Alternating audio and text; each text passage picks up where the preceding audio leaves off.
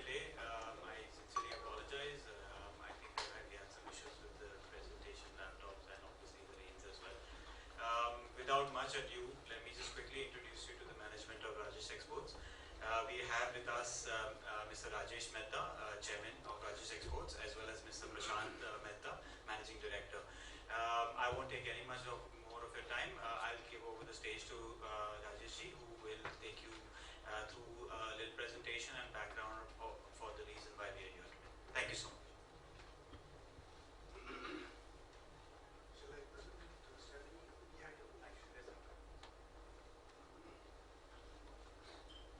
Good afternoon, ladies and gentlemen. First of all, my apologies for the small delay what we are starting off with. Gold has fascinated humankind since long. Since time immemorial, human beings have invested in gold, have adored gold, and have used gold. The trend still continues and it grows.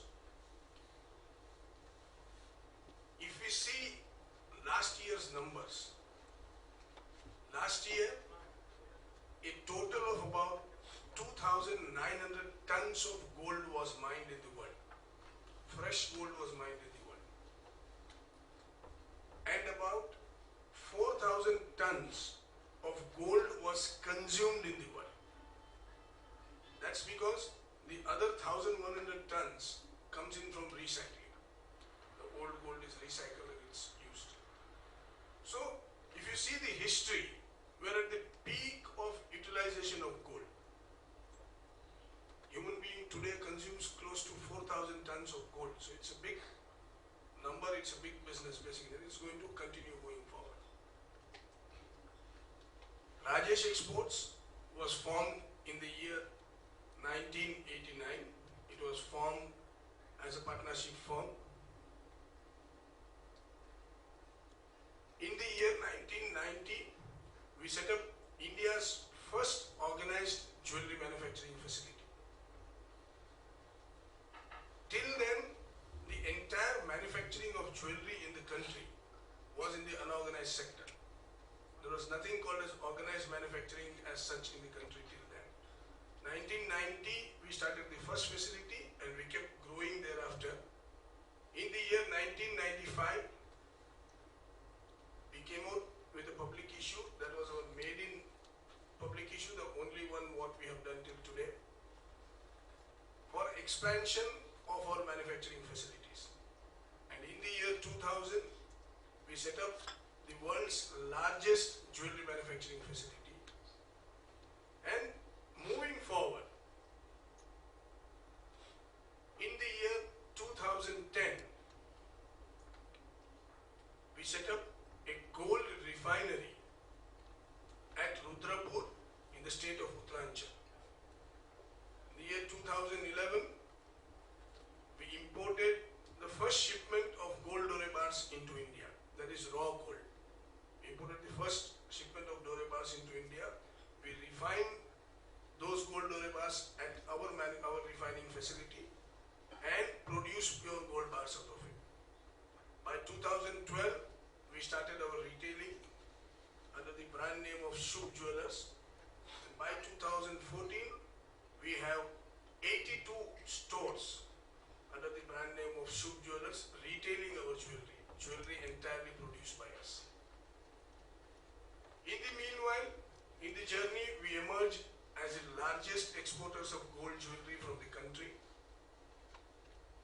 the largest wholesalers of gold jewelry and gold products from the country. And if you look at our results for the last year, that is for the year 2014-2015, we posted revenues exceeding 50,000 crores with an EBIT of 1,203 crores, pre-tax profit of around 740 crores, and post-tax profit of around 650 crores. Since 1995, since we got listed, on revenue side, we have grown around 2,100 times. On the profit front, we have grown 280 times. A CAGR of more than 50% in revenues for the past 20 years and a CAGR of about 34% in profitability for the last 20 years since we were listed. Since inception, growth has been our mantra. As a company, we believe in growing. We believe in delivering quality products. And it is because of these beliefs of ours that today, that is last year, we achieved revenues, record revenues, which no other jewelry company or gold company or diamond company in the country has ever achieved. We topped 50,000 crores last year, as I said just before some time. So that's the highest revenue, highest EBIT, and the highest profitability by any jewelry company in the country till date. So we achieved that in the year 2014-15. But that doesn't stop our growth story. We have resolved, and as I said, it is our mantra to keep growing. So when we were thinking, when we were deliberating that how do we grow from here? We already achieved record sales, we have achieved record numbers in terms of sales and profits, etc. How do we grow? At that time, we deliberated and we decided that now we will grow by backward integration.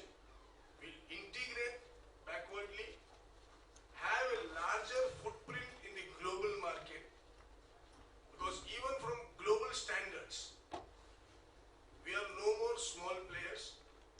We are an $8 billion company as far as revenues are concerned. So we decided that we need to have a better and a bigger global footprint, including in India. Newmont Mining Corporation is one of the world's largest mining companies. It's the second largest gold mining company in the world. It's a company which was started in the year 1920, listed on the New York Stock Exchange since 1925. It's a part of the S&P index. And I'm going a little away from this presentation, but it's better that I explain myself rather than going slide by slide on the presentation. We can go that later on. So it's a company listed on, it's a company forming a part of the S&P index, S&P 500 index, and the Dow Jones Global Sustainability Index. This company has several assets. It's a large corporation, old company, it has several assets. One of the prized assets what it held was Valcambi. Emilio Campanova is the founder of Valcambi. In fact, Valcambi was founded in the year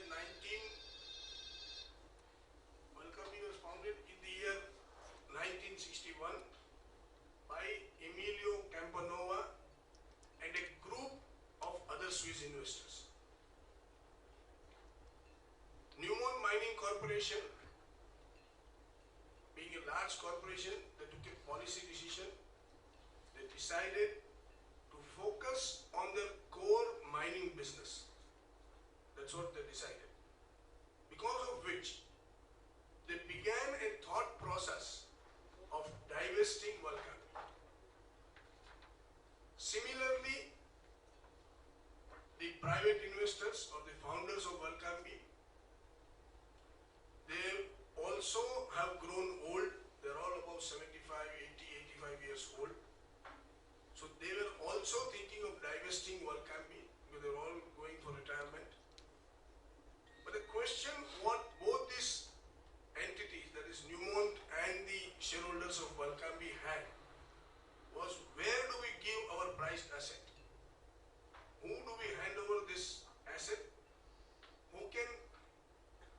ensure that the world-class credibility of Walkambi continues, Walkambi has set global standards. The global standards set by Walkambi continues, the growth at Walkambi continues, and somebody who can handle it in a proper manner to ensure a better and a brighter future for Walkambi. They deliberated on this issue for a reasonably long time. We offered ourselves as one of the candidates for it. There are many other global big names who also offered as candidates. We were able to put our credibility on board to them. We said these are our credibilities and this is how we can make Walkambi a better unit or as good as what you are doing. Based on our global credibility, based on our experience and our strength in this business, we were selected as suitors for Walkambi. For the sellers, of course, price is always there. It's a commercial transaction. It's not something which is happening for any other social cause or anything like that. It's a commercial transaction. They definitely required a reasonable price. But price was not their only criteria. Price was not the only criteria. They were worried. In fact, even last when they signed, they told me, look after this in a proper manner. Their criteria was they wanted Walkambi's name, which is a legend in gold industry. Many of the people who do not know the industry too well, who are just in the industry but don't know too much of depth, they always think Walkambi is something like a central bank, or Walkambi is some big entity which, it's something above the government, or it's a government entity or something like that. So that is the kind of credibility which this company had established, and they wanted this credibility to continue. And we were, I would say, we were selected, we offered ourselves, the deal was done between us, and we were able to get a sign-off on Walkambi. The entire deal, the entire payment has been done. I'll come to the structure of the acquisition in the last email. Let me explain what Walkambi is for the next 2 or 3 minutes or 5 minutes. Walkambi is the largest gold refinery in the world. Walkambi has a total refining capacity of 2,000 tons, 1,600 tons of gold and another 400 tons of other precious metals like silver and platinum. It is by far the largest refinery in the world, largest precious metal refinery in the world. It was set up in the year 1961. Since 1961, it has been a consistently growing, profit-making and a dividend-paying company. For the last 3 years, on an average, they refined and sold 945 tons of gold and some 375 tons of silver, which equals to close to 2,35,000 crores of revenue. And the quantity what they have refined and sold during the last 3 years on an average per year is more than what the entire country, what entire India consumes. So theoretically speaking, Walkambi is capable of satisfying the entire need of India as far as gold is concerned. India consumed close to 800 tons last year, and Walkambi sold close to 945 tons last year. Their peak was 1,200 tons, which was 2 years back when the market was different. So that is the kind of capacity what Walkambi has. When we look at the business and the client list of Walkambi, it's something very different. Walkambi supplies to major bullion banks in the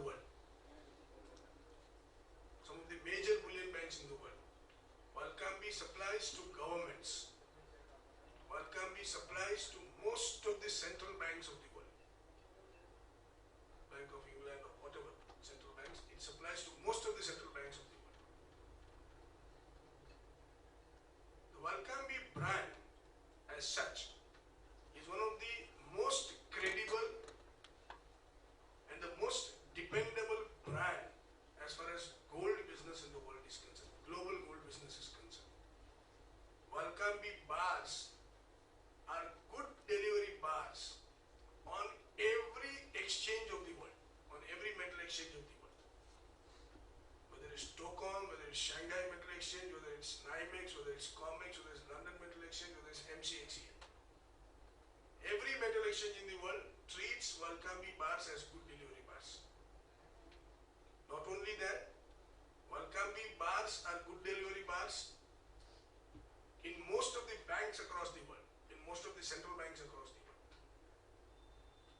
Walkambi is considered as a gold standard. In fact, I would have liked all these details to be given out by Mr. Michael Mazrik, who was there with us yesterday. In the press meet, we had Mr. Michael, we had Ursula with us. One was the CEO and another one was the global sales head. But they had urgent commitments back home because this deal is needing them there also. Because of them, they had to fly yesterday night. But they were there in the press meet and he would have been able to explain much better than me about what I am talking about Walkambi. But anyway, I am basically enacting his role here in terms of explaining what Walkambi is. I am sure I would have left out many things, what he would have explained you better. So, when we got ourselves to be a suitors of this kind of a global company, we immediately understood that the global doors, as far as the gold business is concerned, have opened for us. We are already reasonably global, but now we have a presence, whereas Walkambi owners, we walk into any bullion bank, we walk into any mining company, we walk into any exchange, we are looked at in a very different way. The best of the mining companies in the world, if anybody wants to get supplies from them, suppose we have a refinery in India here, if you want to ascertain supplies from Barricks, which is the largest gold mining company in the world, it would be very difficult for me to ascertain any kind of supplies from them because, you know, getting an appointment with them is very difficult because they have already set norms. They already are set with many refineries in the world, the best of them, 5, 6 refineries that are set there. But with Walkambi now, I will be able to walk into our company or our representatives would be able to walk into any mining company's office and ask for their produce for refining and get a hold, get a control on the gold which is there. Currently, Walkambi has long-standing contracts with major mines of the world with a quantity of around 550 tons per annum. They get 550 tons of gold directly from the mines. Other gold they get as scrap, other gold they get from banks for refining or whatever is there. So this is the kind of strength what this company has got. Now the coming together of Walkambi and Rajesh Exports, in my opinion, in my little experience of 30 years or 35 years, 32 years, whatever I have got in this business, I am sure it would be trend-setting and path-breaking as far as global gold business is concerned. I got a few calls from some of our association representatives here in India, Bullion Association, etc., this association, some of the best players in our business, they called me today and they said, you have given a new life to this entire industry in India. By doing this, it's going to change the entire paradigm of this gold and jewelry industry in India. Globally, this acquisition will have an effect which will increase the gold business as such globally. Because the reason being very simple.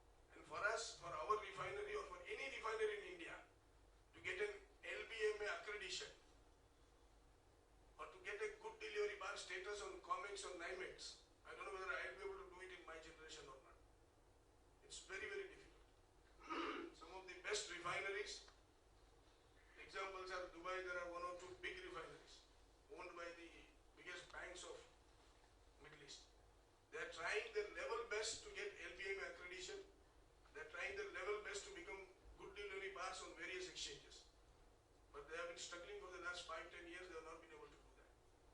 So we get straight a hold on good delivery bars. So backward integrated, we were already there, what I said. But this backward integration means a lot. It means something very different. We'll be sitting on a backward integration which has been the best that humankind has done in its history. It's the best gold refining facility what human beings have developed is Waltham. And we are getting a hold on that backward integration. As far as forward integration is concerned, I think I can proudly say that Rajesh Exports is one of the biggest global players as far as the forward integration is concerned. That is, as far as manufacturing is concerned, wholesaling is concerned, exports is concerned, and retailing is concerned. So when these two come together, it is but natural to form tremendous synergies and to take the best advantage of the situation. Citing a few of them, Warkambi gold will be better marketed now in Asia. We have a better and a bigger hold than Warkambi in India, in the Middle East and in China. We will be able to penetrate more in these large markets. This constitutes around 60% of the world's global gold markets. We will get a better hold there. Talking about forward integration of Walkambi, the value-added products which Walkambi will make going forward in their facility will be aided by the expertise of Rajesh Exports. That's what Mr. Michael said in the press meet. That some of the products what we are getting made in Italy till now, getting the expertise from Italy, we will be able to get from Rajesh Exports now. We will get a hold as Rajesh Exports in the markets of Europe and America, which will be much better than what we are doing now. They will get Asia, we will get that. Europe and America. So the forward and backward integration strategy is going to be very, very different. And it's going to accrue benefits to both the companies. Plus, we will be setting up a refinery, the refinery which is already there, will be upgrading that and giving it under the management of Walkambi for getting it LBM accredited, which will be the first refinery in India to get that. Because with their help, we will be able to get it easily. It's their own refinery, they're going to set up another extended arm here. We are going to do that next. So there are immense possibilities which are possible by this acquisition. And both the companies are even currently, without even talking about synergies, let's forget that there are any synergies for a moment. Even then, both of them are fully functional, growing companies with enviable growth records, good revenues, good profit making. Both of them. They can survive on their own also without any, synergies or without coming together or anything. But when it comes together, it forms altogether a different story. The individuality will continue and the synergies will be best taken advantage of. On the balance sheet of Rajesh Exports, this acquisition will have a major impact. This is an EPS accretive acquisition for Rajesh Exports. Most of the acquisitions which have happened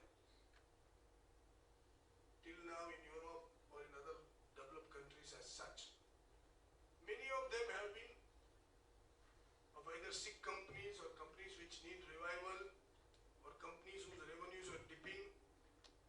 Maybe a lot of Indians from here will go, 40, 50, 100 people will go, they will set it right, they will put the company in order, etc., etc. These kind of companies have been acquired. Walkambi doesn't fit into any of this category. It is an absolutely healthy company, 100% professionally managed. Newmont Mining Corporation used to visit Walkambi maybe once in 2-3 years. They never used to come. The original owners also never used to come. It's a perfectly professionally run company. It's run like a bank, maybe much more than a bank, because central banks trust them. Central banks put their gold custody with Walkambi. They tell, okay, take this 20 tons, take this 50 tons, retain with you, change it and give it to us. That's the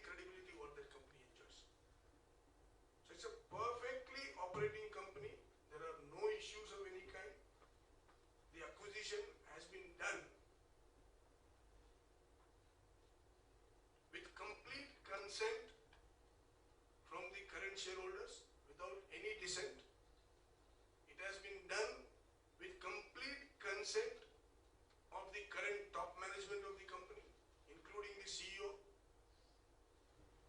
It has been informed to all the employees of Valcambi, because most of the acquisitions which have happened in Europe, etc., the biggest problem they face is the employee problems.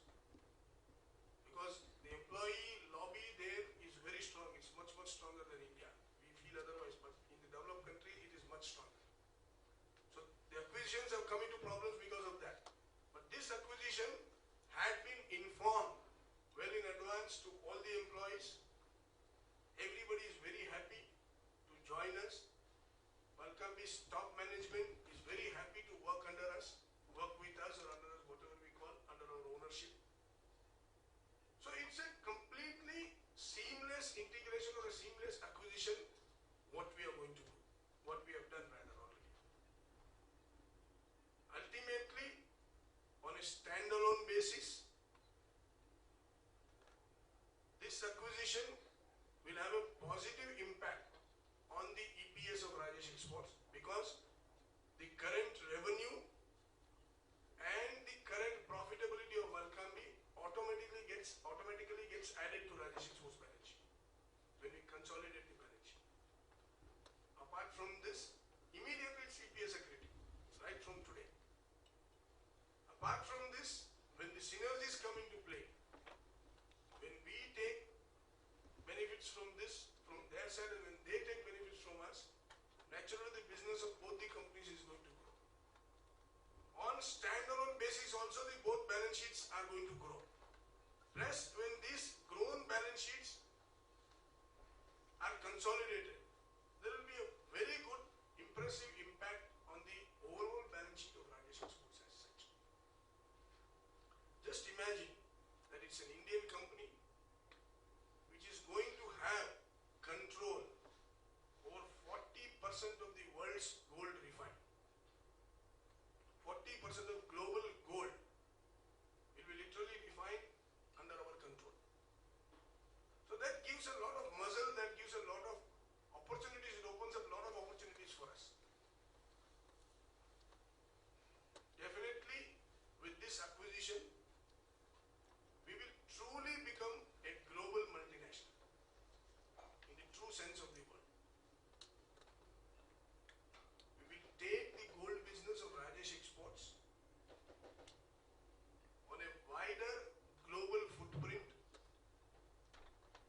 by offering better products, by growing our revenues, by growing the profitability. So net, when we see the effect of this acquisition of Rajesh Exports, it is going to be very positive. It is going to be positive on Valcambi also. It is going to be positive on the entire global business as such, global gold business as such. It is not important only from our company's view. This acquisition is as important from our country's view also, because India is one of the largest consumers of gold in the world, in fact currently the largest. And this is a facility what an Indian company owns, which can theoretically feed the entire requirement of India. So it's definitely, from our country's perspective also, it is a fairly important acquisition what we have done. Net, it will be a positive acquisition on the business, on both the companies. I know you're all analyst community, you will have a lot of questions, and you would have looked into this, analyzed this, operated this whole transaction, performed an operation on this transaction much better than me.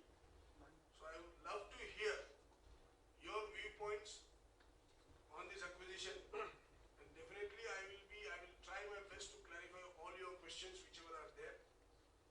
Even I will learn from your questions, I am sure about that. If there is anything which we can learn and take home, definitely I will take home as well. So I request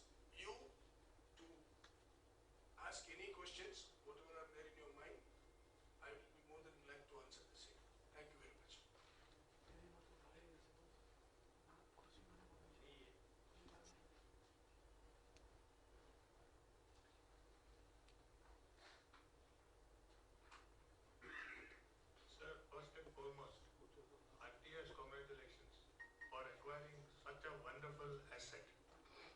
This really gives you a absolutely different platform, podium and profile. First thing which came to my mind, I happened to read this, whatever you have presented, in today's front page of Business Standard, and they have expounded this thing very well. Your detailing has made the thing absolutely crystal clear. I think associating with this company or this refining asset will almost change your profile. That was my first point. You would like to comment?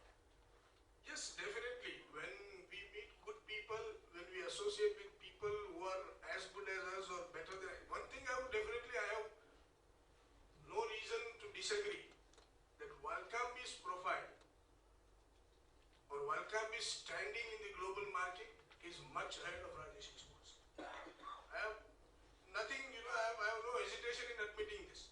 Absolutely. No other company in the world, no other gold company in the world has the standing of Walcambi. So where we speak about Rajesh Exports, it is the best what a human being has done in his history as far as gold is concerned. So definitely I agree with you that by associating with somebody who is better and much more credible than us in a proper way would definitely enhance our credibility also in the global market and in Indian markets. I fully agree with your point. In fact, the newspaper story of Business Standard says that it is catering mostly to the requirements of central banks around the globe. And looking at the financial turmoil, over the last 3 years or 5 years, central banks around the globe have been quietly replacing the US dollar with gold as the vertebral currency of reserve. That is a fact which obviously, everybody knows. The 3 points come to my mind. One, you have paid $400 million. The company is huge in the sense it's a $38 billion top line company. But the surprising part was its bottom line is big for big. It is not even 1% of 38 billion. The figures mentioned were $33 million. So you have virtually paid, if I'm not wrong, 12 times the net profit. So obviously, apart from the standing, you must be having a computation of payback over a certain period, not necessarily 10 or 12 years, lesser than that. And the one thought which came to my mind was, you said this company has 2,000 tons capacity of refining. And last 3 years, they have done 945 tons of gold and 376 tons of silver. That means, if you add up these two, there is a gap to reach 2,000 tons. That is average per year. So Yeah. there is another gap of 1,000 tons.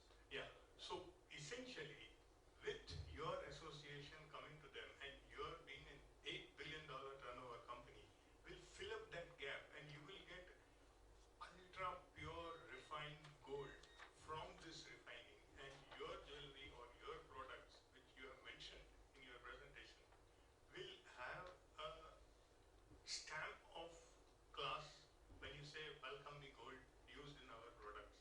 So my question was, what was your internal plan or working as to the payback period of this acquisition? Number one. Number two, synergy is well understood. Number three, which you just mentioned is, they will be setting up a refinery in India or they will be upgrading your existing refinery to their standards. So if you can expand on these 2-3 points. Yeah, definitely. Your first question was with regard to the payback period. One very important thing in this acquisition is that Walcambi is a zero debt company. Yes. It does not have any debt. In fact, it has a huge cash surplus on its balance sheet, which is sitting there doing nothing. It has been placed with certain Swiss banks who are offering them negative interest. A quarter percent they have to pay for depositing the money in the bank. That's a big amount. And that big amount, when it is taken off from here, basically, from the acquired amount means the paid amount, it comes literally to 50%. I don't want to expand more on this because these are all confidential data of a private Swiss company, basically. But it comes literally to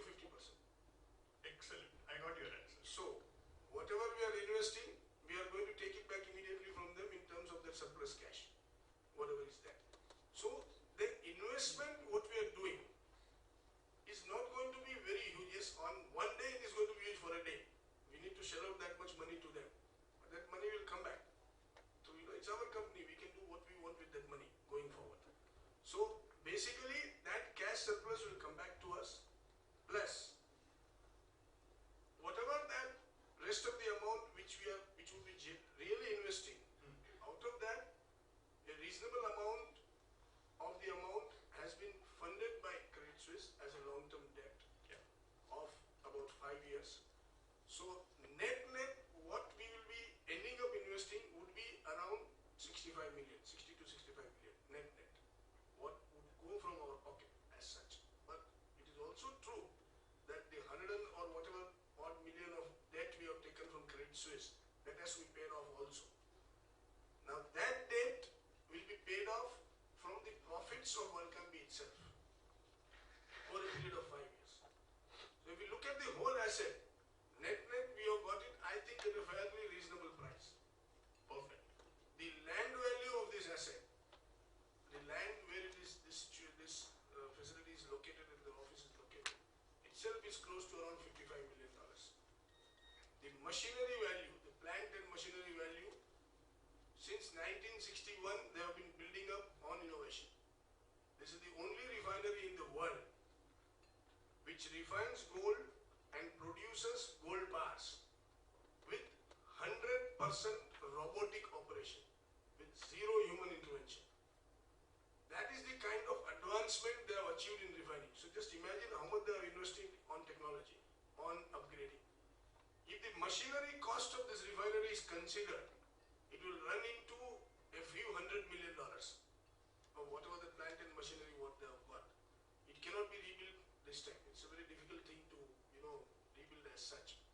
So looking at the cost of plant and machinery, looking at the surplus cash, looking at the land and building value, I think what I can think from my wisdom and our team's wisdom, I think we have got a good deal overall. And I don't know whether you still agree with me or you still do not agree with me.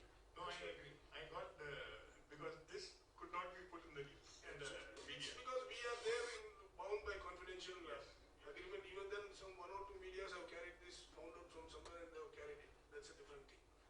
So this is as far as the payback is concerned, and I'm very sure that looking at the synergies, looking at all the things what we are going to get out of this, looking at bringing the raw gold into India directly from the contracts what they have got with mining companies, etc. In 3 years, we will have a payback period of this entire investment, less than 3 years. Fantastic. We are sure about this. We are working towards that and we should be able to achieve that. Coming to the next question, which was primarily with regard to, I think it's related to synergy, where you said that when you are putting up this refinery here, how about the extra capacity, what you are going to use, etc. See, the capacity as far as a gold refinery is concerned works in a very different way. It's a reasonably cyclic kind of business. Suddenly, a central bank from somewhere gives 50 tons to Welcome, 50 tons of gold, I mean. These are numbers are unheard here, but that's a fact there. Suddenly gives 50 tons of gold and asks them to convert it into smaller parts. That they want in 7 days time or 10 days time, for whatever reason. It regularly gets this kind of orders and this kind of things. So to deliver that, they need to have this 2,000 tons of capacity. Okay. If they are working on a tight schedule of 2,000 to 2,000 or 1,600 to 1,600, they will not be able to, because some days they refine 1,600 tons on an average, means 5 tons a day. But it is not so. Sometimes they refine 5, 6 tons, sometimes they refine 2 tons. Sometimes they refine 1 ton, because this is gold. This is not a cement factory that, you keep getting the raw material, etc. Gold raw material is very scarce. It is not something which can be produced overnight. So you need to have a peak refining capacity to meet those days when they need you to do that. That is where they charge them a little extra. That is where they make their money. Because nobody in the world would accept that 50 tons of gold from a central bank. Central bank, first of all, won't give to anybody. Basically, because the credibility factor comes into picture. Maybe another 1 or 2 refineries which are there as credible like Mint, etc., they may get it. But they will not be able to accept that loan. They will say, we don't have the capacity to refine this. What will I do by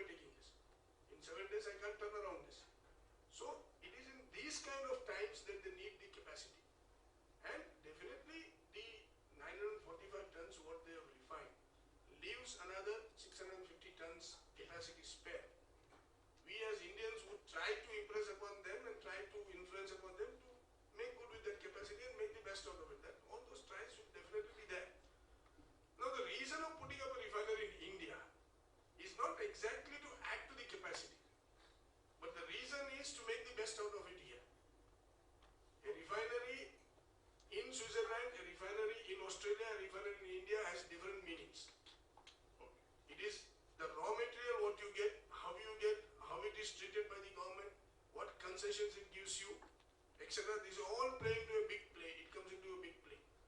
That is why you need to have credible refineries in wanted spots. Today, African governments, many African governments are after us asking us to put up a refinery in Africa. Because entire Africa is such a big continent, it has only one refinery called Rand Refinery, which is controlled by South Africa. Now, Ghana, the entire Western Africa and entire Eastern Africa, they want a refinery of their own. But they are not able to set up. Setting up a gold refinery is not easy. And especially getting the accreditation is impossible because they have got some kind of, stranglehold on that. They don't allow others to do. As I said, this Dubai refinery owned by one of the biggest people we can imagine. Now, they are trying for the last 7-8 years, they have not been able to get the They are not allowing them to come in the club. The whole problem. Now, if you don't have an accreditation on your gold bar, what will you do with your gold bar? You can at the most come to a retail shop and convince the retailer, "Ye bhi acha hai, aap le lo." Lekin which bank will buy from you? Which central bank will buy from you? Which government will buy from you? They will say, no, we need an accredited bar. Only then we can trust that this is the correct purity.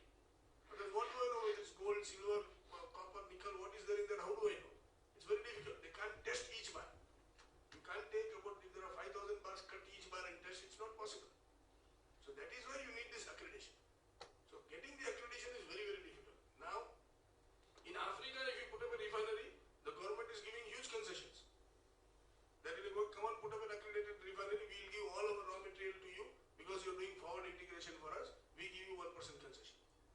So, putting up refineries in the geographical locations, certain locations becomes very important. A similar concession is offered by Indian government also, which I can't exclusively discuss that here. So, it makes a big difference, basically. So, that is the reason why you need to have a refinery in India also, because an accredited refinery in India will have a huge advantage. I will be able to pool all the old gold in India, that is the used gold, which is a very big business in India. I will be able to pool this gold, I will be able to send it to this refinery, manufacture accredited gold bars and sell them back in the market, give it to the exchanges or export them, which is not possible today because there is no accredited refinery here.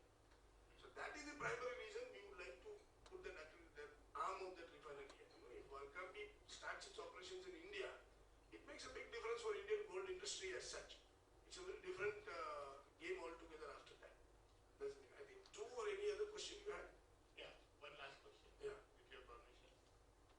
What are the points of catch which you see if removed or if debottlenecked can double the profit of Welcome? Your one more question was the meager profit. That Yes. was very important. Yes. That is what you are asking now. Yeah. It is true that Valcambi's total revenues are 38 billion. And it is also equally true that the EBIT is 33 or 34 million. Which is not 1%, 0.1%. It comes to 0.1%. It's wafer thin. But even though it is wafer thin, it is rock solid. Because what does Valcambi do? It takes gold from a mining company. It refines this gold, charges the mining company for refining, and sells the gold on behalf of the mining company. It does not take any risk. It is only performing the ritual. Whatever happens to the husband and wife or bride and groom is not bothered, mera fees mujhe de do. It's that kind of thing. So basically this entire 32-33 million what it is getting as a fees for refining. So that profit cannot shake. There is no market activity which affects that profit. Whether gold goes to 1,800 or goes to $200 or goes to $2,000. It's not going to affect this refining profit. So the profit is definitely wafer thin. And your next question was very important. How are we going to increase the profits? That is going to happen. We are going to increase the profits naturally by reducing expenses to some level, if possible. We don't want to disturb the setup. It's a wonderful setup. I don't want to pick up some 10 people from India and send them to Switzerland. Jao, jaake manage karo. I don't want to do that. It doesn't work like that. Because the entire thing is very differently made. We will have a slow, seamless integration. Slowly, we'll have to penetrate in the system correctly and give quality people from India also who match the quality of the Swiss. Those people have to be given. Then only we'll be able to, integrate it in a proper way if we want to send people from India. But there are many other ways by which we will be reducing expenditure to some level, which will increase the profitability of Welcome. We have discussed that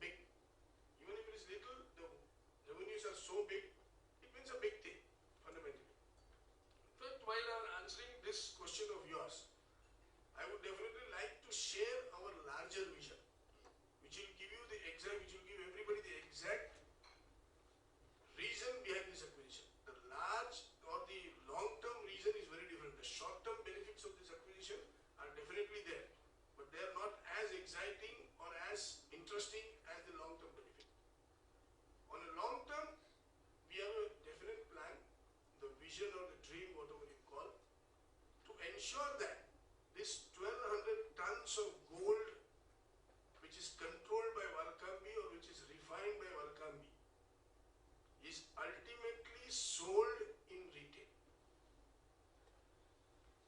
Currently, Walkambi gives it to a bank, bank gives it to a bullion dealer gives it to a manufacturer, manufacturers gives it to a wholesaler, it goes to a retailer, and it goes to the public. Or it goes as investment bars to retailers or to individual public, and 100-gram bars or 10-gram bars, but it goes through the bank. Now we are going to change this value chain. Walkambi could definitely not have done this because they don't have the expertise to do that. We are going to do this. That's one of the major reasons we put forward in this acquisition rationale, which made them to come to us, basically. So this entire 1200 tons, imagine just for a minute, hypothetically, if I'm able to sell it in retail, in the US, in Canada, in India, in Australia, in Southeast Asia, or wherever, if I'm able to globally sell this, then we are looking at a profitability of 7%, 8% on retail, minimum net profitability. And when we do that, we are talking of a top line of $60 billion and a bottom line of around $5 to $6 billion from the same operation. We have to meet the value chain. We have to cut each one and move forward and increase the volumes going forward. That's the bigger dream. Another 10, 12 years, I'm quite confident we will be able to achieve. In fact, Rajesh Exports, whenever it has told its dreams, people have had some apprehensions. Ye kaise hoga? But today, in fact, 5 years back, I had told that in 5 years we will be reaching a sales of 30,000 crores. But we have reached 50,000 crores. At that time, 30,000 crores was an unimaginable figure in the industry. But we have reached 50,000. So similarly, maybe 2 years back, if I would have told that I am going to acquire Walkambi, people would have kicked me out of the room. They would have said that what nonsense you are talking about. It's not possible, basically. But we have done that. Similarly, this 1200 tons of gold, we have a vision to sell it in retail. For that, we will be doing a lot of things. We will have brick and mortar stores across the world. We will have e-commerce platform, one of the best and largest e-commerce platform we will have. We are developing that platform where we will ensure that we supply our gold to an individual who wants gold right from Alaska to Australia. He has to simply click a button, he gets the 10-gram bar. He gets the 50-gram bar, whatever he wants. So that's our vision. Even if I increase the profit of Walkambi from 0.1% to 0.3%, it's more than sufficient. Then there is big gap still up. For reaching 10%, there's a big gap, which is what we want to cover in the next 10 to 12 years. And it is at that time that we will emerge as a truly global corporation, which will be respected by everybody, telling them, oh, this is a company which is the best in the world. It processes 1200 tons of gold, refines, sells on its own. So that's the dream. That's the larger picture which we have. But it's a 10, 12 years of time is there, but that is where we are walking towards. This acquisition is primarily for that. That's the thing. I hope I have answered your question. Marvelous. Thank you. Thank you and all the best. Thank you. Rajesh, by taking your last answer forward, Shubh Jewelers would be an extension of what you have done in manufacturing in local. So could you give us a sense of your 80 odd stores that you have? What kind of turnover they do and what kind of margins you get in the retail business? I'll answer your second question first. Margins, what we get in retail business at Shubh Jewelers are between 7 to 8%. I'm talking of net margins. The business what we do compared to our overall business is just around 2-2.5%, because we have still not focused fully on retail. We started retail, we learned the game, we understood what this game is, then we got busy in this acquisition, basically. So retailing as such, currently, no, it is a 1,000 crore business even today. It's not a small business, logically. But looking at our turnover, our size, it's small business, basically. So we do about 1,000 crores there, we do another 4-5,000 crores in India, in wholesaling. So we do get around 10% of our revenues from domestic operations. So it's not a small revenue, we get that. But that will be scaled up very fast now, once we go forward, because we have to scale up our retailing. We will be doing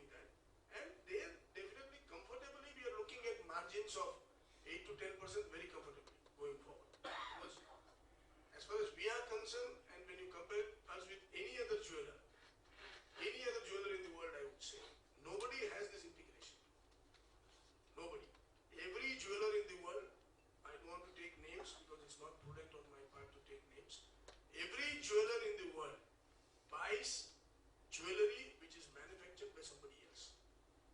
There is no jeweler in the country or in the world who has his own manufacturing facility. They procure ready-made jewelry and they sell it at their stores, basically. That makes a difference of around 4 to 5% in margin. It's a big difference. Now at Shub Jewelers, that is what we did. We cut down this 4% and gave it to the customer. And customers were very, very happy. We had a big response to Shub Jewelers, basically. So that we are going to now improve and increase. We are capable of giving jewelry at around 5% lower cost than any other jeweler and end up making more money than that jeweler because of our integrated operations. So that is our strength. And that is the strength which we want to show it to the world moving forward. So one more question on the corporate governance issue. Your share price has run up 2.5 times in the last less than a quarter. So is it that news of this acquisition was out, or is it something else? As far as the share market is concerned, you people are better judges. You know it much better than us. We definitely don't follow share market. We don't understand share market. Sir, If you ask me gold prices, I will definitely answer you. sir, the reason why I'm asking is that you have not been a person who has been attending or having analyst meets regularly. So the timing of the meet, this acquisition, the share price movement, it all gives you a little bit of suspicion.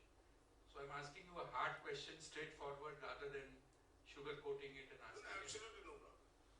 So something that is there, I mean, it seems to be a little like playing to the gallery.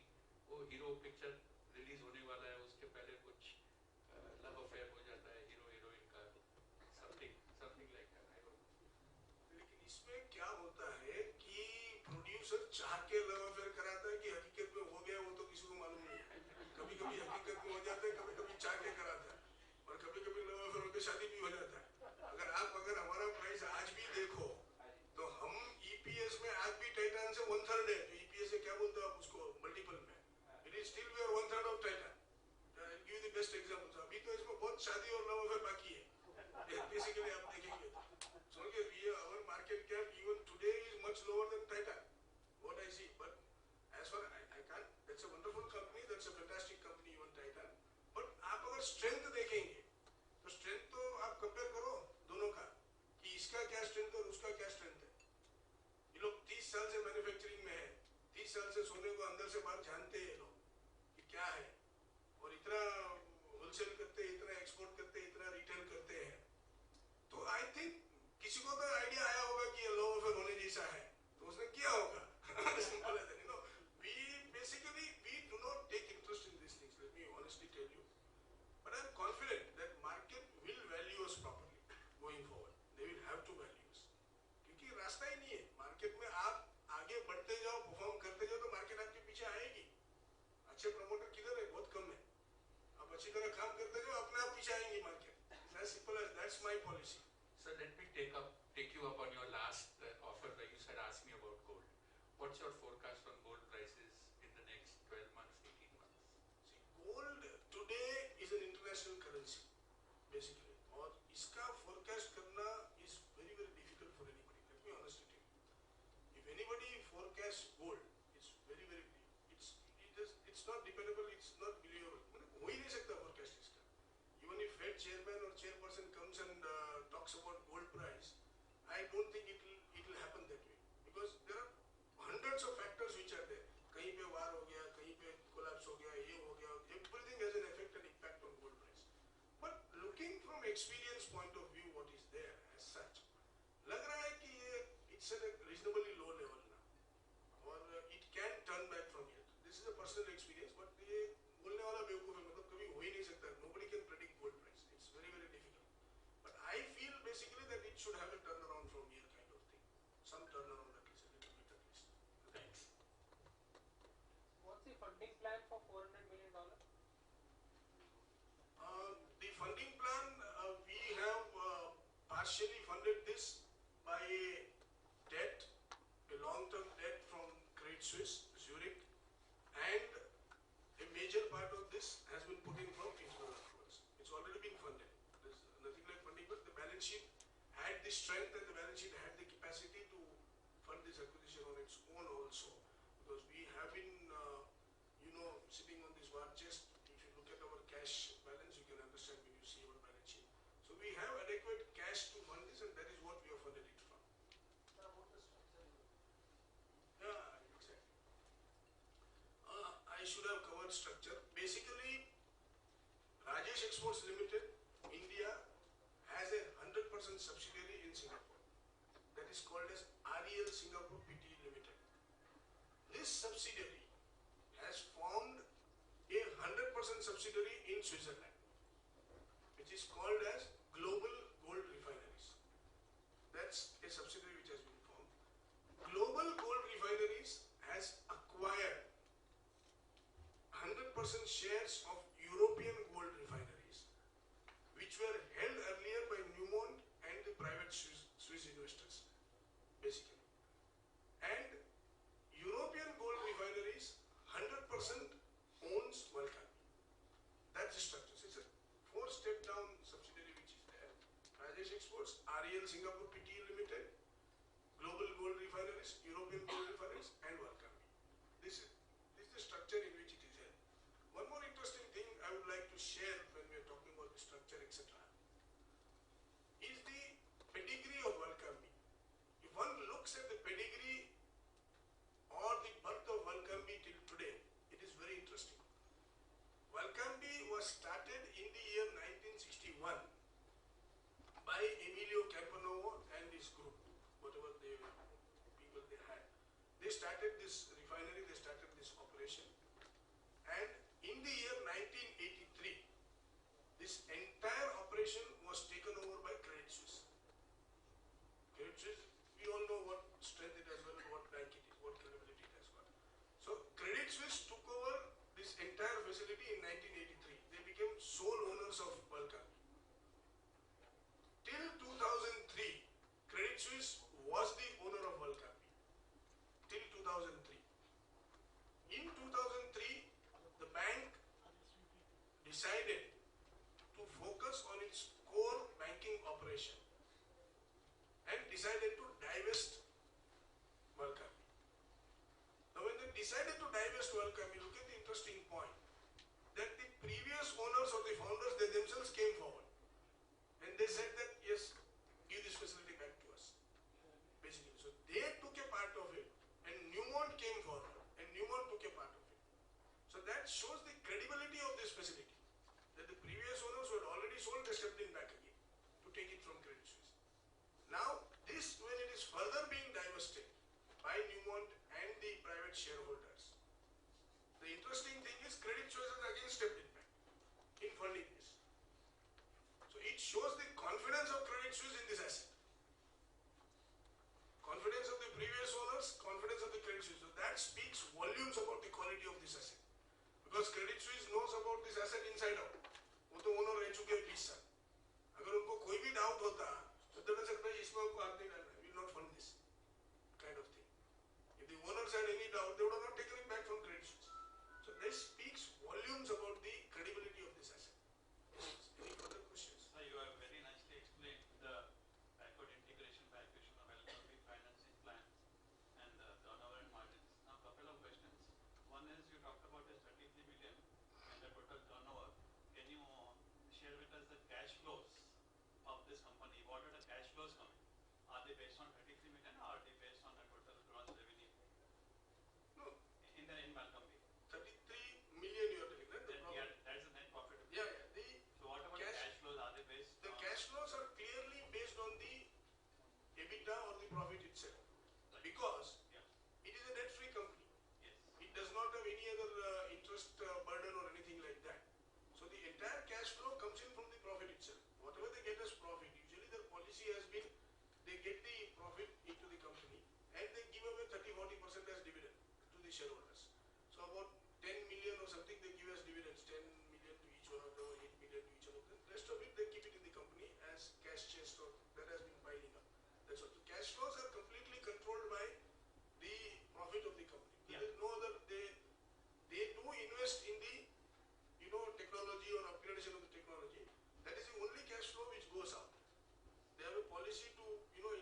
much every year or some part of it they have a policy, then they keep investing. Otherwise, most of the profit comes in as cash flow. Right. So that way, welcome me is a low risk business. There is no risk related to total gross revenues and expenses, right? It is an absolutely zero risk business. Yeah, zero risk. There is absolutely no risk at all because वो तो it is a job worker. Yes. अगर आप मुझे सोना देंगे तो मैं करूँगा, नहीं देंगे तो मैं चुप बैठूंगा. हाँ, उसका जो खर्चा होता है, whatever the expenditure is, that they will have to bear, but it's not much. There are 220 employees which they are having. Yes. Fundamentally, so that is the only expenditure what they have got on the rent. Even imagining hypothetically they don't get even 1 gram of gold, Right. but that is not going to happen because the entire Newmont has. This is one more point which I did not cover in my speech. That Newmont has extended its contracts of supplying gold ore to Walkambi for the next 5 years under our ownership. So that was our condition when we took over. That 5 more years of extension we need, because if we take over and suddenly if Newmont pulls its hands back, then we will be left nowhere. Because that 300-400 tons of gold which they are getting from Newmont is very important for the blossoming or basically moving forward of Walkambi. So that itself takes care of the khacha, whatever is their expenditure. So it's an absolutely safe business. It can be told as a zero risk business. Second thing is, since you highlighted the strengths of Rajesh Exports, vis-a-vis Titan, particularly your legacy and strengths, and since you are having AnalystMeet now, can you share indication of some guidance would you like to give for India operation and global operation, so we can track it on a quarterly and regular basis as we are tracking other companies? Yeah. In fact, For India and global separately in terms of revenue. yeah. We do not have the practice of giving guidance as such, but I can just give you some kind of an indication of what we have got. Global operations and India operations. In India operations, I think with all these things what has happened, the acquisition etc. what has happened, we look at a growth, comfortable growth of around 20 to 25% in terms of profitability and in terms of revenues. Now, when you look at the global operations, that is when you look at the consolidated operation, even Rajesh Exports has its global operations on a standalone basis also. So what I told you now is for the entire Rajesh Exports. Now when you look at consolidated basis, I think we are looking at a rate of around 35 to 40% growth in profitability, and I think we're looking at around again the same 30-35% growth in terms of revenues. Globally consolidated. Yeah, globally So consolidated. overseas growth will be higher than India growth because of your acquisition. See, the first consolidated numbers which come from Walkambi, they themselves will boost it up. After that, we are talking of this growth. After that, the first numbers are, it's there, they are basically inconsequential because they're in any case going to come. So I can't call that as my growth because I'm starting from zero kind of thing. So we already have some global operations even now. To that it will add. And then further from there it will grow at this kind of rate. Basically that's what we feel. In fact, the testimony is our CAGR, what you see for the last 20 years. We have grown at over 50% for the last 20 years. And we have grown in revenues, I mean, and in profits we have grown at about 32-33% for the last 20 years. I think we will try and continue that growth rate. When can we expect the benefits of Make in India plans for? So when can we expect the benefits of Make in India to come? I think we are looking at a year from now, 1 year, because to get the accreditation transferred and all that, it takes some time. It's a process which is there. We already started working on that. In about, I think, a year, we will see those benefits. And they will be quite substantial as such. Lastly, can we expect regular conference calls or analyst meets at least on an annual basis and conference calls often? No, definitely, I think we would love to do that. And we have Volaram here, whom we have, this has been our first request or thing to them, telling them we would like to have this. See, we are in Bangalore. So there we have a little distance problem, but there are Bangalore companies which regularly do this. Just because they're in Bangalore doesn't mean we can't do this. We would like to do it, no doubt about it, and we have requested them to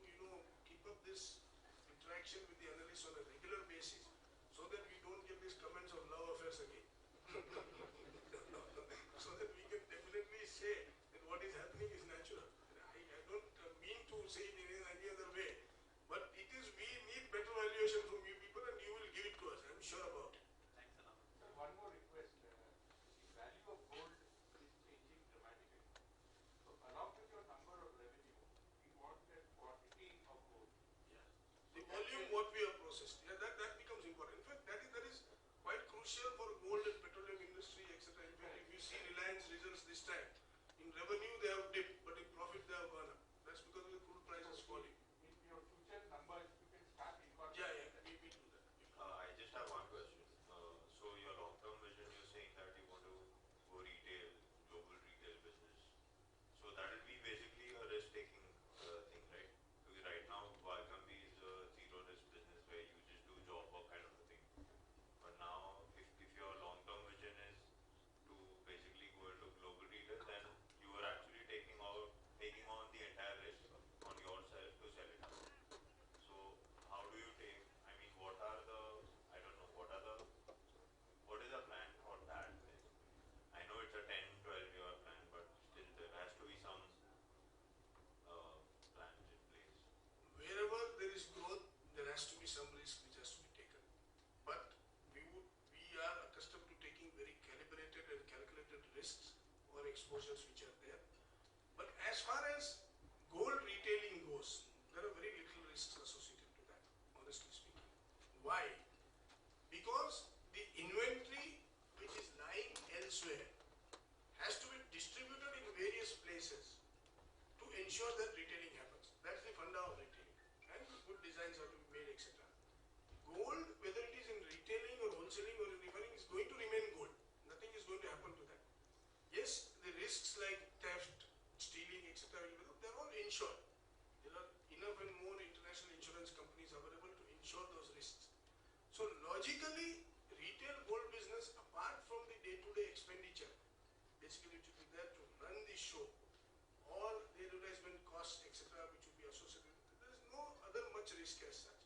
It is not like textile business or electronics business, where you put up an inventory of 100 crores, you make about 100 different outlets in India or anywhere else, and suddenly the thing goes out of fashion, or you don't sell it, and what do you do with those garments? This becomes zero.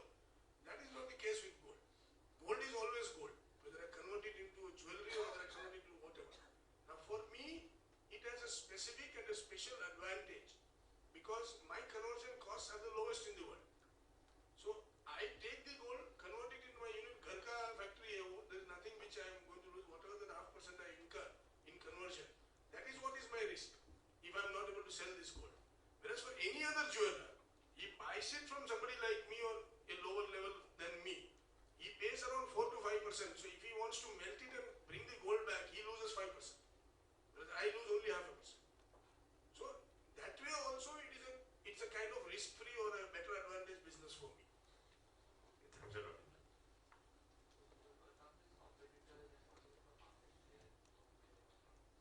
Can you put in the last slide that shows the just slide before this?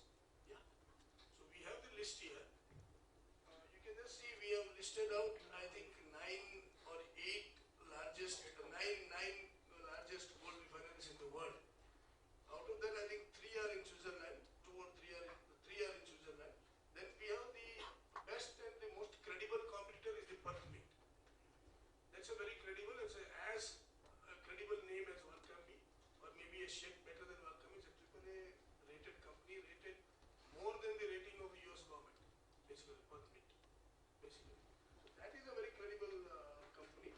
Others also, there are quite reasonably good companies, but if you look at the capacity of Valcambi, basically, it far outpaces or outreaches anybody else. It is one of the oldest outfits also. It's been established in 1961. So others are also there as old as that, but some others are new also. So these are the competitors, but what happens here is in refining business, competition means your association with the mines. What kind of contracts you have with the mines. Valcambi has long-standing contracts with the mines. So it is a shade better than other refineries when it comes to that. Even Perth Mint has very good contracts. Basically all the Australian gold goes to Perth Mint. So other refineries may not come in the same genre as Valcambi and Perth Mint. I think others are privately owned kind of things and they can be easily. Perth Mint is government of Australia.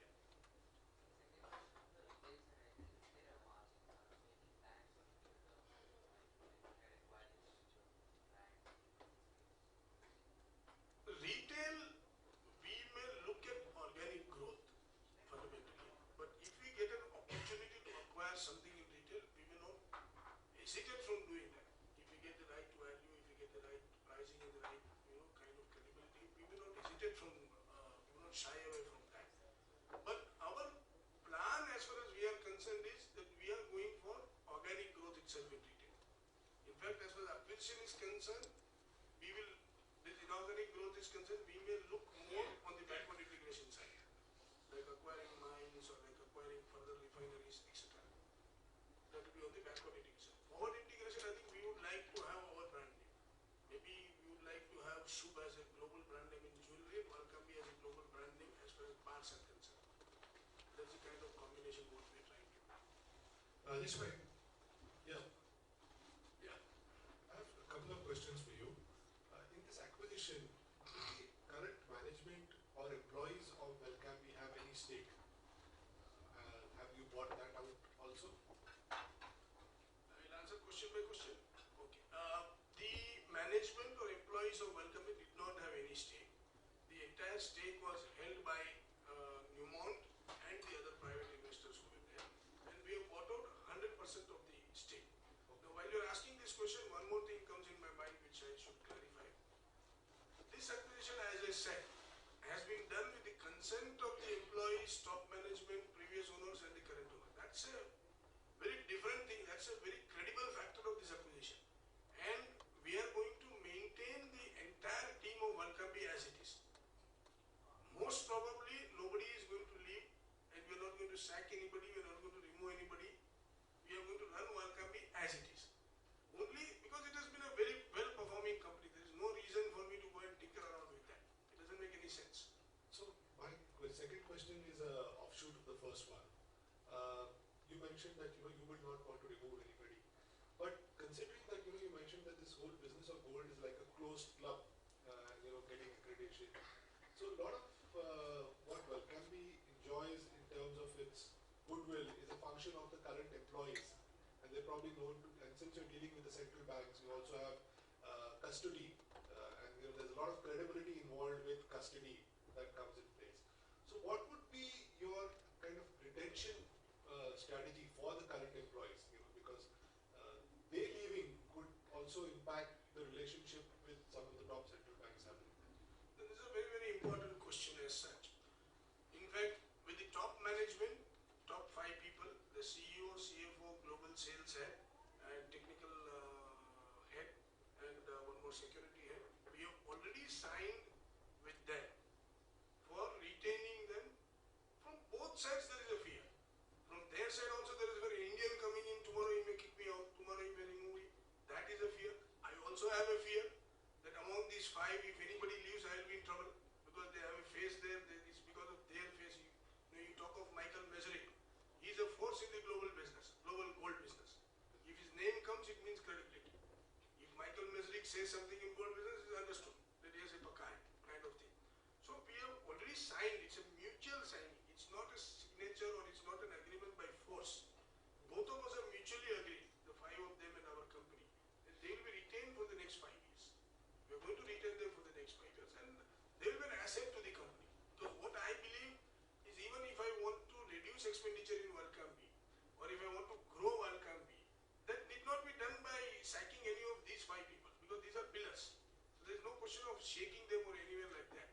We would rather grow the profitability of Welcome by getting more value addition, by getting better business, and by increasing our profits. And if required, maybe some expenditures in terms of other kind of expenditures, not necessarily salaries, which we would like to prune down and bring the profitability a little higher. Okay. So my question was more from a retention strategy. How do you keep these people? Do you incentivize them? Do you? No, this is very good with Welcome. All this team of 5 people who are the core of Welcome, actually, these 5 are the core of Welcome. They have been there with Welcome for the last about 12-13 years now. And they have an internal bonus policy. That is, whatever it earns more, they distribute a percentage to these 5, and also a percentage of that percentage to the other employees.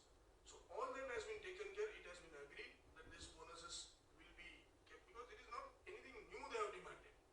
They have only said that you continue with what is going on, we will always be with you. So that has been continued, that has already been signed. Thank you.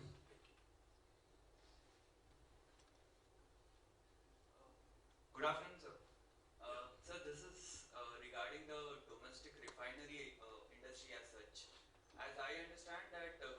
not allow domestic refiners to provide gold to the various banks, which will ultimately supply to wholesalers as well as retailers.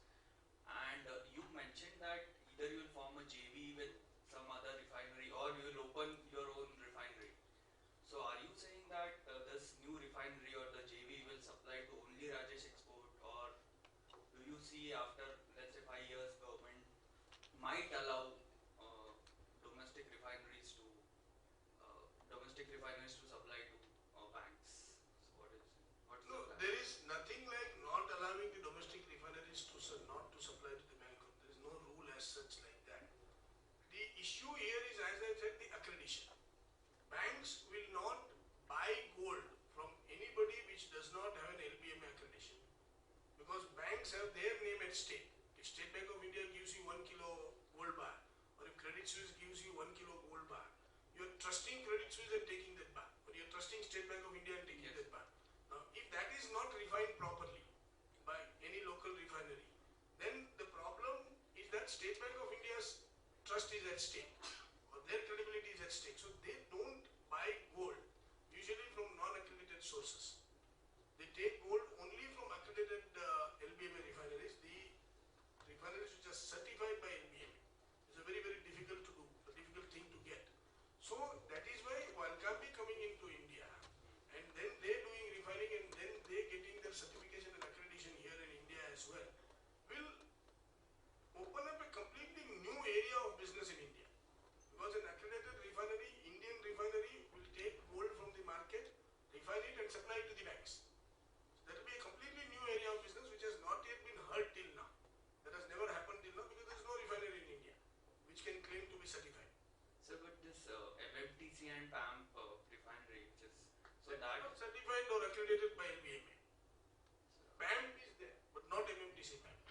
so won't that be the same condition with No, we will be bringing Walkambi as Walkambi here. as welcome, As welcome. not as the JV? Not Ariel Walkambi. We don't want to do that. As somebody had answered that their credibility is higher than that. Why should I not reap that benefit? Why should I join mine with them and make him smaller? That's not good. So I will rather go with him and become bigger. That's better. Thank you, sir. A follow-on question. When you talk of the refining business, can you just throw some light in terms of how does this work? Like, for example, we talked about Reliance. So it works on the concept of a gross refining margin, which is multiplied by the throughput.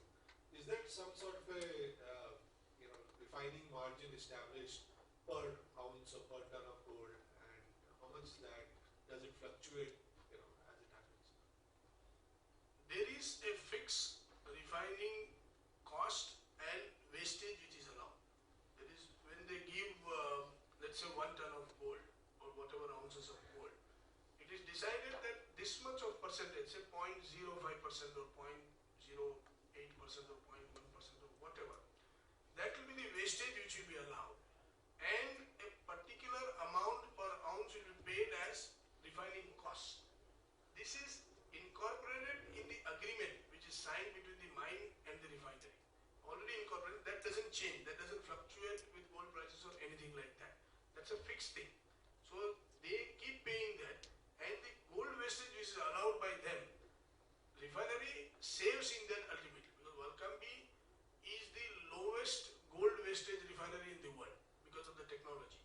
Their wastage of gold is very, very minimal. It's basically numbers which cannot be believed in India. It's at that kind of low wastage they function the refinery. So that's a fixed income. There is no change, no variation as such. So what is that refining margin, if you can share that? That refining margin is around, logically around 0.2 or 0.3%, between 0.2 and 0.3% of the gold cost, totally which is there. 0.3% you can say. So usually if you look at the balance sheet, 0.3% is the income and around 0.2% is their expenditure. So they end up by getting 0.1% as such. So now there is a play possible there, that how do you make that 0.2 and 0.3 to come down to 0.2? Then your margins will become double. But is that can only happen if you do refining, right? Because if you're saying it's such an efficient facility with just 200 people, fully automated, in a place like Switzerland where power cost is also optimal. Yeah, absolutely. So So- there are other ways. In fact, wastage, they are the best. Nobody can do expenditures which can be brought down that we are discussing. There are certain administrative expenses and there are certain management expenses, not necessarily salaries as such. Maybe salaries at a different level we can speak of. The top management we are not going to touch, we are not going to change anything there. So basically there can be some cut applied in these places, and then we are looking at value added products going forward. So instead of selling it at that 0.1% profitability or 0.3% over the mine cost, we would like to sell it at 0.5%, 0.6%, 0.8%. So both combined together will have an effect on the profitability of one company. Thank you. What is the capex for this year, India operation? India operations, of course, we have two expansion plans. One is the retailing, what we are going to expand. So there, based on our associate model, what we have, we don't have too much of a capex going into that because the shop, everything else is contributed by the associate who joins us. We need to only invest in the inventory. So if you look at the inventory cost, it will be quite substantial inventory cost, but that cannot be exactly classified as a capex. Basically, it's a working capital what comes in. Other capex would be the upgrading the refinery of India when Valkambi steps in. So that would be the other cost, but that will also be reasonably minimal. So not much. Maybe we are looking at 40-50 crores of capex in terms of actual upgradation of manufacturing facility. Okay. And what is the interest rate right now for your working capital? We don't have any long-term loan, as I have said. We don't have any debt as such. But the working capital interest, it ranges, basically if you take a packing credit, then it is around 6%, 6.5%, 7%. If you take it dollar denominated, then we get 4%. There are various different levels of interest rates there. So, when you say you are doing job work in Valkyrie, this 38 billion is what is the notional value of sales? It is the invoices what they raise for selling. After doing the job work, the gold is sold by them. Okay. The gold is sold by them. There is a fixed price of gold called as LBMA, AM or PM fixing. So the miner tells him that okay, you sell 10 tons of my gold at this AM fix. Then it is Valkambi's job to sell it further. They would have sold it to their customers before. It's a backward forward, they go and they settle the price. So it's actually the invoice value.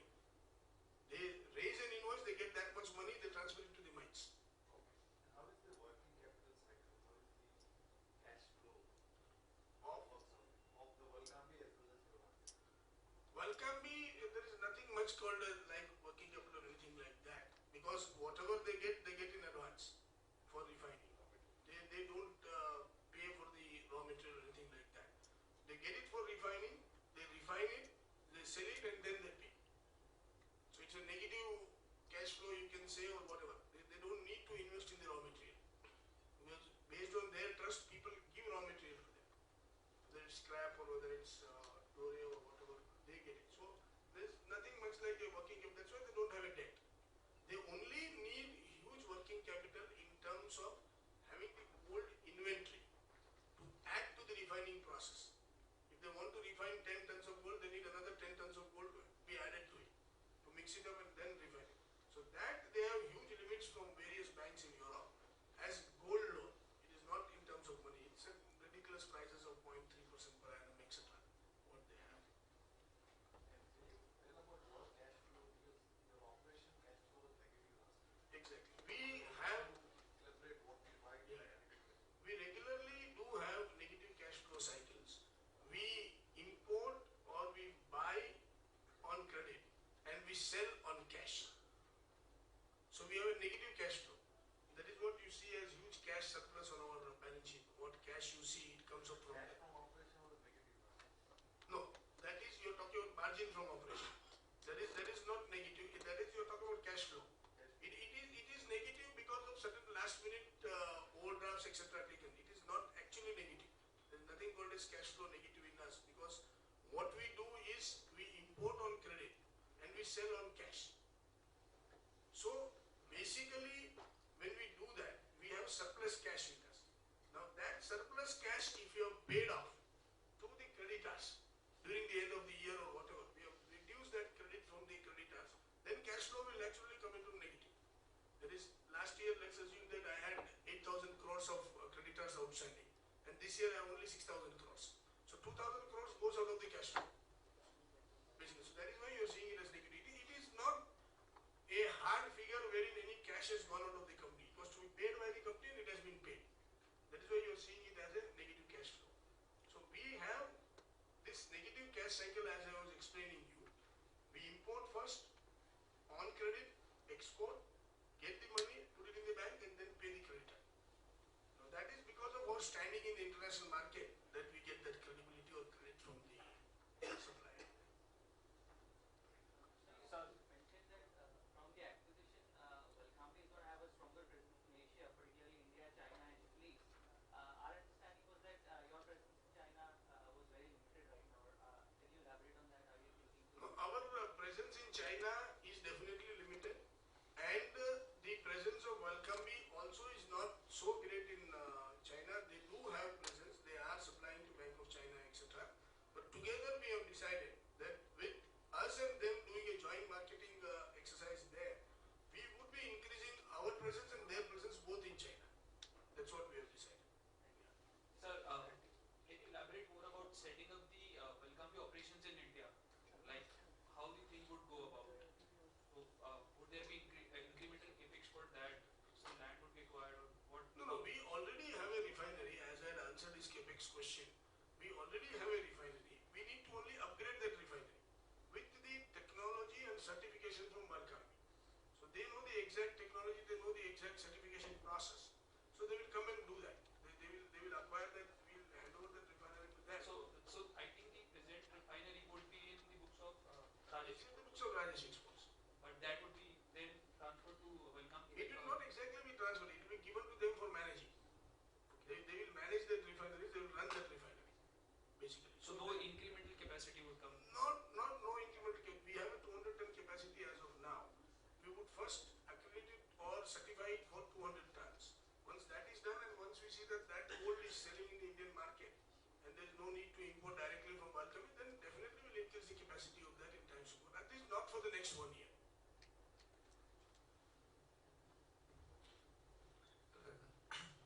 Sir, at present you are already manufacturer and you have certain margin. I presume it's somewhere around 10 to 12,000 per kg.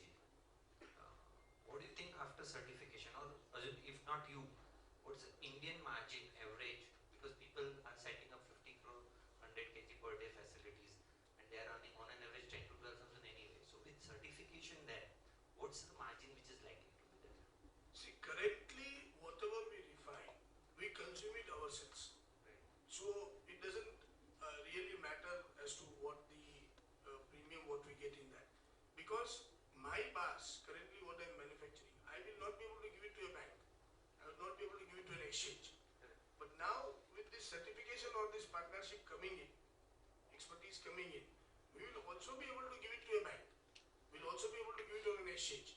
So that will increase my production. It's not about exactly increasing the margin. There will be a slight increase in margin. In my bars and Welcome bars, there is a slight difference in premium in the market. If I give shoe bars, what I'm doing now, I get say $1 per ounce, whatever. If I give Welcome bars, I get $1.50 per ounce. That 50 cents for $1,100. So there is a slight difference. 30 to 40% jump, that's average we can presume. 30 to 40% To the Indian market. The premium. Yeah. That doesn't mean 30 to 40% jump in profitability. No, not problem. I'm just Yeah, asking gross definitely. margin. On the premium, 30-40% jump will be there. Okay. Now coming to the sales side, like we have the Belgium sale, selling at a premium in the silver coins. How does it sell as a premium in a gold bar markets? In a gold bar market, there are certain products of Welcome like the combi bars or the auxiliary bars, etc. what they have done, or the coins of Welcome which have their finishing, etc. When they are sold in the market, they are definitely sold as premium bars. But can you quantify premium? The quantify would be that we are looking at, let's say, about $10 an ounce. Okay. If you give that combi bar, it will be around $10 to $12 an ounce premium which will be charged. So which comes close to around 0.6 or 0.7% of the value of gold. Okay, that's what you are trying to say when you want to bridge that 0.1 to. Absolutely. We are trying to say that, and further when we move forward to jewelry and further value-added products, we are looking at, if we supply it directly to the retailer, we are looking at that coming up to the final point of 8 to 10% margin. There is, if you buy a 1 gram bar from anywhere in any market, either from a bank or from